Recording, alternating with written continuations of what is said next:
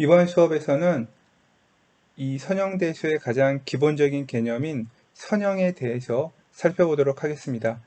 선형이라고 하는 것은 함수 또는 어떤 연산자 또는 어떤 시스템 이런 관점에서도 우리가 적용해 볼 수 있는 이 수학적으로 중요한 개념이 될 텐데요. 이 선형이라고 하는 것이 적용되는 경우는 보통 우리가 이제 행렬의 형태로 표현을 하게 될 겁니다. 그래서 과연 우리가 어떠한 경우를 선형이라고 하는지를 정의하고 그 정의된 선형의 원리가 적용될 수 있는 몇 가지 사례를 한번 이번 수업에서 살펴보도록 하겠습니다. 자, 그러면 일단 여러분들한테는 먼저 선형성, 그러니까 이 리니어라는 말을 쓰는데 이 도대체 리니어리티가 뭘 말하는지 이런 의미부터 한번 정확하게 이야기를 해보도록 하죠. 이제 이 수학에서 말하는 선형성의 의미는 두 가지 조건을 갖고 있어요. 그러니까 이 두 가지 조건을 동시에 만족해야만 되는데 그 두 가지 조건 중에 첫 번째 이야기할 대상은 슈퍼포지션, 우리가 이제 중첩이라고 말합니다.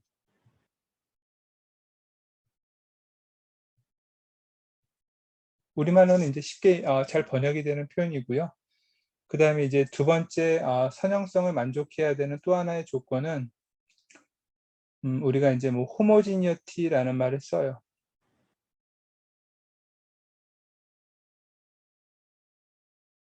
우리나라 말로는 뭐라고 하는지 잘 모르겠어요. 이렇게 동질성 이런 말을 쓰는데 내가 볼 때 그런 개념은 아닌 거, 그렇게 표현해 가지고는 잘 맞지 않을 것 같고요. 그래서 일단은 그냥 호모지니어티라고만 일단 우리가 표시하기로 하고, 자, 이 슈퍼포지션은 수학적으로 어떻게 정의를 하냐면 어떤 함수 또는 연산자, 어떤 시스템 굉장히 개념을 확장할 수 있는데 그걸 우리가 예를 들어서 F라고 하겠습니다. 그리고 여기서 지금은 간단하게 함수라고 하자면 함수 안에 대입할 수 있는 변수를 X라고 하죠. 근데 변수가 X1 또 다른 값 X2 이 두 개의 값이 있고요. 이 두 개의 값을 여러분들이 먼저 더하고 그리고 그거를 함수에다가 집어넣는 거죠. 그러니까 x1과 x2를 먼저 더하고 그 다음에 f라는 함수값에다가 이제 계산을 하는 건데 이 결과가 각각 x1과 x2를 함수값에 의해서 만들고 그거를 나중에 더하는,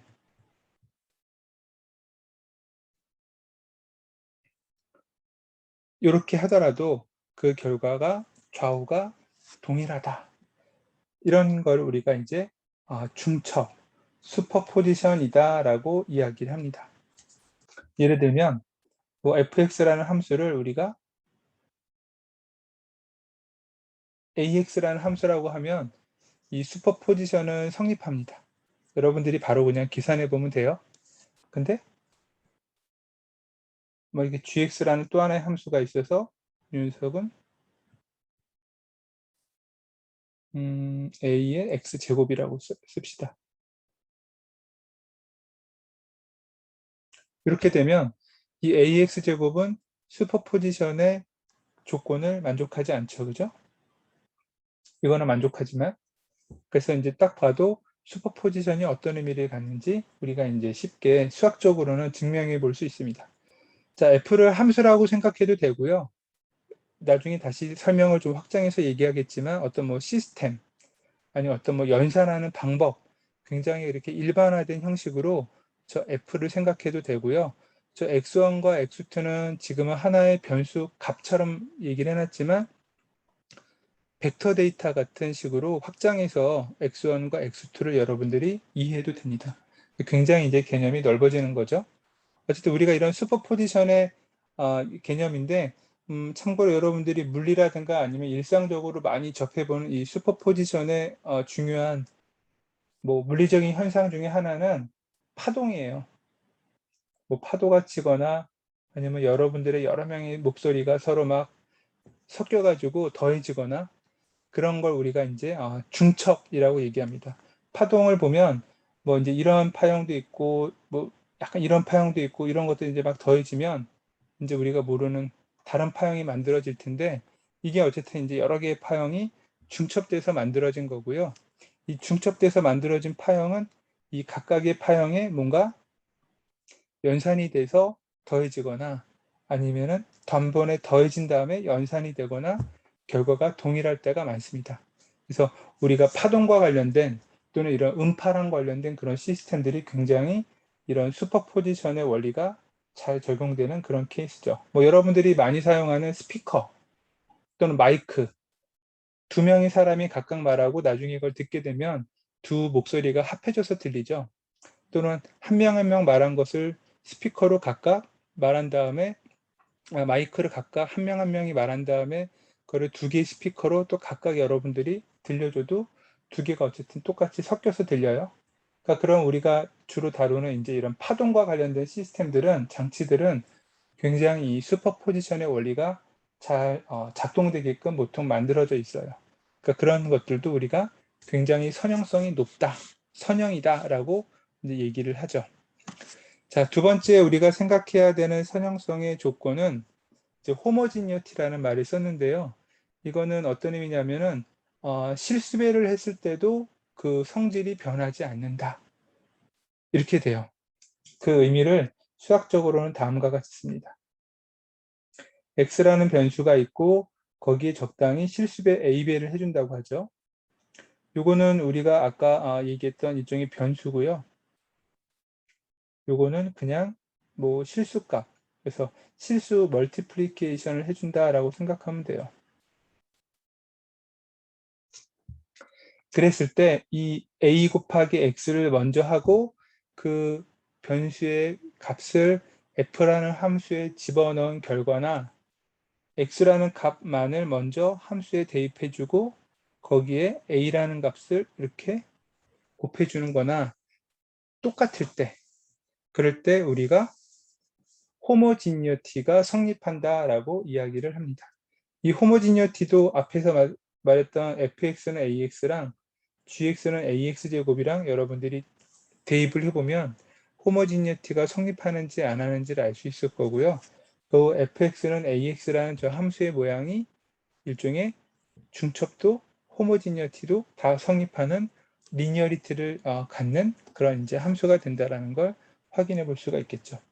그래서 이 두 가지를 우리가 이제 동시에 만족하는 걸 최종적으로는 리니어하다라고 얘기합니다. 그래서 이제 우리가 리니어라고 얘기할 때는 이제 한 번에 써줘요. 그러니까 저 슈퍼포지션도 있어야 되고 호모지니어티도 있어야 되니까 두 개는 더해줘야 되고 거기에 스칼라 멀티플리케이션이라고 하는 이런 멀티플리케이션 개념도 들어가고 그래서 이렇게 가로 안에 두 개의 값을 연산해 주는데 각각의 함수 값에 a1, a와 b를 곱한 이렇게 되는 거죠. 이 조건을 단번에 만족하는지를 여러분들이 체크하면 어떤 f라는 펑션이 리니어한지 아닌지를 단번에 확인할 수가 있게 된다. 이게 이제 리니어리티의 일반적인 제너럴한 조건이에요. 그래서 뭐 다음 함수가 리니어인지를 증명하시오, 보이시오 뭐 이러면 이 조건을 단번에 좌우로 여러분들이 연산해서 같은지를 항상 여러분들이 찾아내 주면 되겠죠. 그러면 이제 리니어에 대한 정의는 이렇게 했는데 여러분들이 어쨌든 잘 기억해야 되는 사항 중에 하나는 우리가 리니어 선형이라는 말을 하게 되면 직선 아니면 뭐 평면 이제 이런 조건이면 리니어하다라고 생각할 수 있어요. 근데 반드시 직선이나 평면이라고 그래서 리니어한 것이 아니다. 그거를 이제 여러분들에게 한번 이그젠플을 통해서 한번 보여주도록 하겠습니다.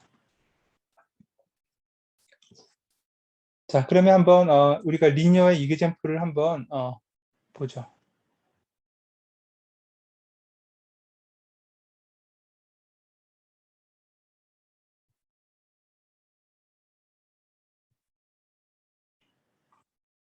첫 번째 생각할 수 있는 이그젠플은 이런 직선 자체가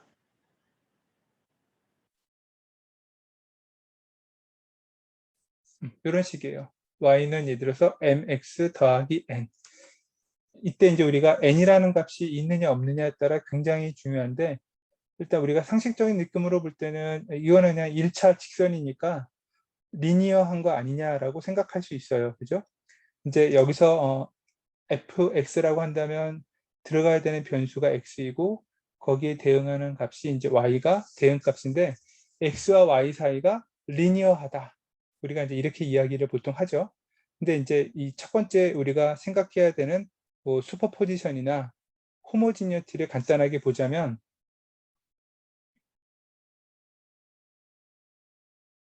뭐 여러분들도 쉽게 증명을 할 수 있겠지만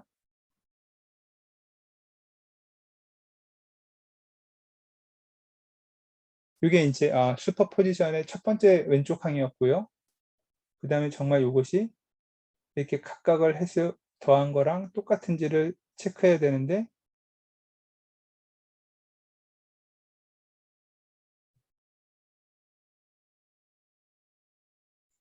이렇게 되죠. 그래서 딱 봐도 여러분들이 봐도 저 n이라는 성분 때문에 이 슈퍼포지션조차도 성립하지 않아요. 그러니까 직선이라고 해서 우리가 리니어하다, x와 y 사이가 리니어하다 이렇게 이야기 안 합니다. 그래서 여러분들이 기억해야 되는 사항은 뭐냐, 결국 n이라는 텀이 0이 되어야만 그래야 이제 비로소 여기도 사라지고 여기도 사라지고 이러면서 슈퍼포지션이 성립하는 거죠. 마찬가지로 호모지니어티도 여러분들이 대입해 보면 금방 확인할 수가 있습니다. 그래서 호모지니어티 같은 경우는 우리가 어떤 실수배를 하기로 했으니까 이렇게 해주면 이것은 a의 mx 더하기 n이 되고요. 그 다음에 a 곱하기 fx는 전체 a에다가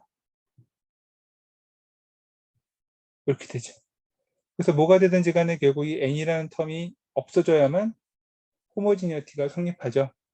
그래서 이제 여러분들이 기억해야 될 사항은 뭐냐, 이 n이 0일 때만, 오직 n이 0일 때만 리니어하다.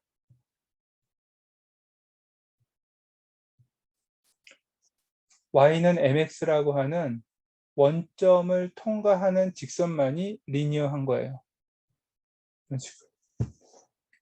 직선이라고 그래서 전부 다 리니어하다 그렇게 얘기하면 안 된다는 거죠. 우리가 참고로 x와 y가 리니어하다라고 그러면 x와 y 사이에 비례한다라고 얘기를 해요. 그러니까 리니어라는 말과 x, y 사이에 서로 프로포셔널, 비례라는 말이 사실상 같은 의미라고 여러분들이 이해해도 됩니다. 그러니까 비례한다 또는 리니어하다 이 두 가지 조건은 우리가 이제 같은 의미로 받아들이면 되는데 어쨌든 그 조건에 직선이라고 하는 개념이 필요한 것이 아니라 원점을 반드시 통과해야 되는 직선이어야 된다. 그 조건을 여러분들이 꼭 기억해야 되는 거죠. 이거를 3차원 공간으로 확장하게 되면 3차원 공간의 도형에서 직선도 있지만 3차원 공간의 일반적인 도형은 평면이에요.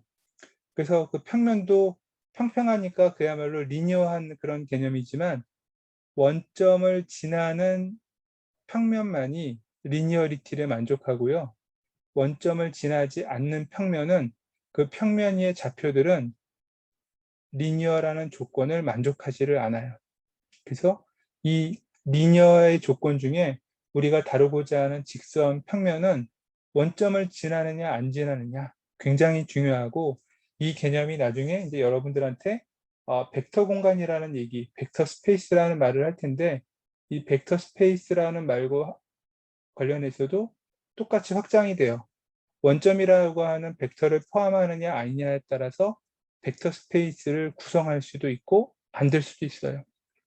그 벡터 스페이스가 구성되지 않으면 우리가 벡터들을 다루게 되는 이 리니어한 이런 함수들, 수학적인 모델들을 사용할 수가 없다라는 거죠. 그래서 여러분들이 간단하지만 이 중요한 리니어리티의 첫 번째 이그젠플을 여러분들이 늘 잘 기억해 주면 좋겠습니다.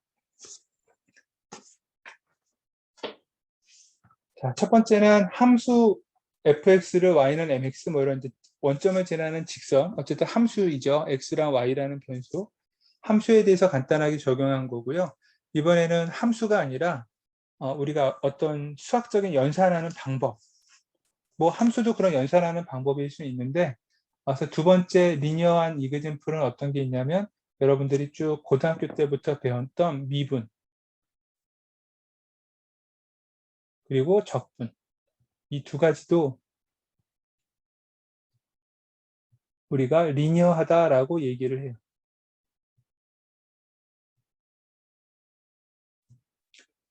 자, 디퍼런시에이션이나 인티그레이션은 함수는 아니죠. 하지만 뭔가 함수를 어떻게 하는 연산 방법이에요. 우리가 이런 거 이제 뭐 오퍼레이터, 오퍼레이션 이런 연산이라고 말을 하는데, 이런 것들도 우리가 리니어하다 아니다라고 표현하는 하나의 범주에 들어간다는 거죠. 여러분들이 잘 알다시피 이렇게 t라는 변수로 이루어진, 예를 들어서 함수를 생각해 볼까요?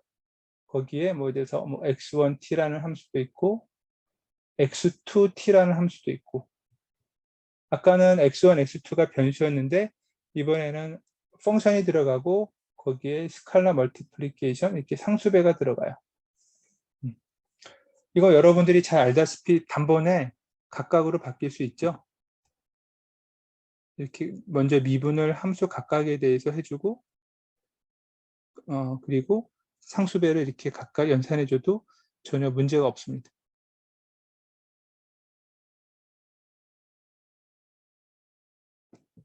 그러니까 우리가 알고 있는 리니어리티 조건을 단번에 만족하니까 이 미분도 선형이라고 우리가 얘기하는 범주에서 다를 수가 있어요. 그래서 실제로 우리 선형대수의 이 교재를 보다 보면 미분을 이제 선형적인 연산일 수 있기 때문에 우리가 앞으로 다루려고 하는 모든 선형적인 연산은 행렬과 벡터를 이용해서 표현할 건데, 미분과 적분도 행렬과 벡터의 형태를 이용해서 연산할 수 있어요. 그런 수학적인 모델을 이제 잠시 나중에 한번 소개하죠. 당연히 그럼 여러분들한테는 이 인티그레이션도 굳이 여기 일일이 다 쓰지 않아도 다 되겠죠, 그죠? 여기는 xt, 여기는 x1, x2. 잘 알고 있는 개념들입니다. 그래서 미분과 적분과 같은 오퍼레이션, 함수를 연산하는 방법 자체도 우리가 선형이다 아니다를 따질 수 있는 개념이에요. 이제 요게 이제 두 번째 여러분들에게 설명하고자 하는 리니어리티의 이그젬플. 그래서 첫 번째는 그냥 변수를 입력으로 하는 펑션 자체에다가 여러분들이 리니어인지 아닌지를 한번 예제를 든 거고, 두 번째는 이런 오퍼레이션이라고 하는 수학적인 연산 방법에다가 한 거고요. 세 번째는 이거를 좀 더 이제 확장해서 인풋 신호가 들어가고 거기에 뭔가 아웃풋 신호가 만들어지는, 또는 인풋 데이터가 들어갔는데 어떻게 그거를 변환하거나 처리해서 아웃풋이라고 하는 데이터가 만들어지는 과정, 우리가 이제 그런 것들을 보통 시스템이라고 할 수 있는데, 그런 시스템의 개념으로 확장해서 리니어인지 아닌지도 얘기할 수 있다. 결국 궁극에는 여러분들이 다 시스템을 만들 거고요. 어떤 처리를 하든지 간에 그게 리니어인지 아닌지를 판단하거나 분석하는 게 중요할 수 있는데, 뭐 그런 이그젬플 중에 하나가 이 AM 시스템이라고 그래요. AM은 여러분들이 많이 들어봤죠? 라디오의 그거예요.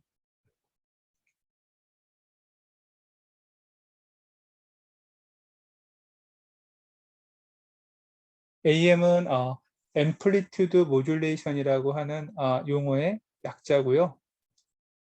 AM 라디오의 뭐 기본적인 시스템인데, 이 AM도 대표적인 리니어 시스템이다. 자, 뭐 여러분들이 아마 AM이라는 시스템은 실제적으로 배워본 적이 없을 테니까 한번 잠깐 뭐 시스템을 보자면, XT라는 건 이제 주로 우리 이런 내 목소리 같은 음성 신호예요. 우리가 라디오를 통해서 주로 전달하려고 하는 건 뭐 노래가 됐든 사람의 일반적인 목소리가 됐든 이 보이스 신호죠. 보이스 신호라는 건 보통 이렇게 이제 파동처럼 만들어져 있어요. 그리고 이제 이 가로축은 주로 t가 되고요. 그래서 이 시간축에 대한 함수로 표현되는 게 우리의 음성 신호인데, 그게 이제 주로 XT예요. XT가 이제 앰플리튜드 모듈레이션 시스템에 들어가면 멀티플리케이션이라고 하는 연산을 해주는데, 그때 뭘 멀티플리케이션을 해주느냐, 어떤 매그니튜드는 앰플리튜드는 AC고요. 진폭은 거기에 코사인 오메가 C T라고 하는 코사인 사인 같은 함수를 저 XT라는 함수에다가 곱해요. 그렇게 해서 우리한테는 이제 YT라고 하는 신호가 만들어지는데 이 신호의 모양은 앰플리튜드만큼 있고 XT라고 하는 크기에다가 코사인 오메가 CT라고 이렇게 만들어지겠네요. 그죠? 글씨가 너무 잘 안 맞았으니까.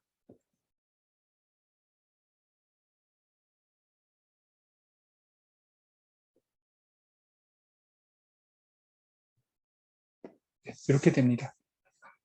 그러면 이제 저 신호가 어떤 모양인지를 우리가 한번 보자면 보통 이제 우리의 음성 신호는 뭐 우리가 가청 주파수라고 그래서 기껏 해봤자 1초에 2만 번 정도 진동하는 한 20kHz가 맥시멈 주파수예요. 우리가 이제 진동수라고도 부르죠. 삼각함수에서 요 기본적인 코사인 t는 한 번 진동하는데 2파이라는 시간이 걸리는, 뭐 t는 시간이니까요. 그래서 코사인 t는 2파이를 주기로 하는데 코사인 오메가 ct가 되면 주기가 어떻게 되나요? 오메가 c분의 2파이가 돼요. 그렇죠? 이게 이제 주기라고 하는 값이고 이 주기에 역수를 취한 2파이분의 오메가 c를 우리가 주파수라고 불러요. 그러니까 이제 진동수인 거죠. 따라서 오메가 c가 일종의 이제 진동수가 되는데 주파수가 되는데요. 보통 저런 경우는 이제 AM 같은 경우는 수백 킬로헤르츠에서 뭐 한 1메가, 2메가헤르츠까지 올라가요. 그러니까 뭐 한 예를 들어서 1메가헤르츠 정도 된다고 그러죠. 그러니까 훨씬 더 급격하고 촘촘하게 더 빠르게 진동하는 신호가 이 코사인 오메가 CT라는 신호고요. 음성 신호에 비해서 훨씬 더 진동수가 뭐 10배, 20배 빨라요. 그래서 이제 두 신호가 지금 멀티플리케이션 곱하기가 되어 있기 때문에 두 신호를 곱하게 되면 어떻게 되느냐?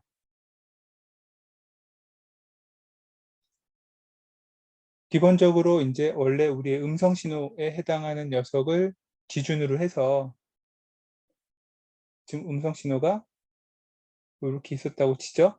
그러면 코사인 오메가 CT의 이 진폭이 우리 XT라는 신호의 진폭을 축을 해서 왔다 갔다 따라가요. 그래서 아래쪽으로도 플러스 마이너스가 해당하는 부분처럼 만들어 놓고 이제 AC 코사인 오메가 CT라는 신호가 여기를 높이로 왔다 갔다 따라가요. 훨씬 더 이제 뭐 많이 진동하는 거겠죠. 요거보다 더 촘촘하게. 그래서 실제로 공기 중으로 안테나를 통해서 전기적으로 날아가는 신호는 이 화면에 보이는 빨간색에 해당하는 저 코사인 형태의 웨이브 폼이 파형이 우리 공중으로 전파가 날아가고요.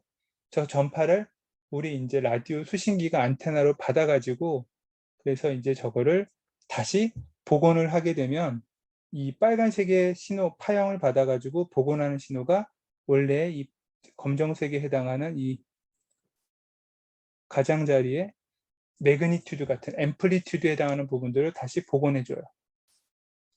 그래서 앰플리튜드, 이 진폭을 우리가 다시 변조했다가 복원한다고 그래서 앰플리튜드 모듈레이션이라는 약자를 이 시스템에서 쓰는 거죠. 이 보라색에 해당하는 게 이제 우리가 들으려고 하는 목소리고요. 이 주파수가 더 촘촘하면 촘촘할수록 원래의 그 음성 파형에 맞게 스무스하게 더 잘 복원할 수 있어요. 그래서 이제 우리가 높은 주파수 대역으로 갈수록 사실은 이제 음질이 좀 더 좋아지긴 하죠.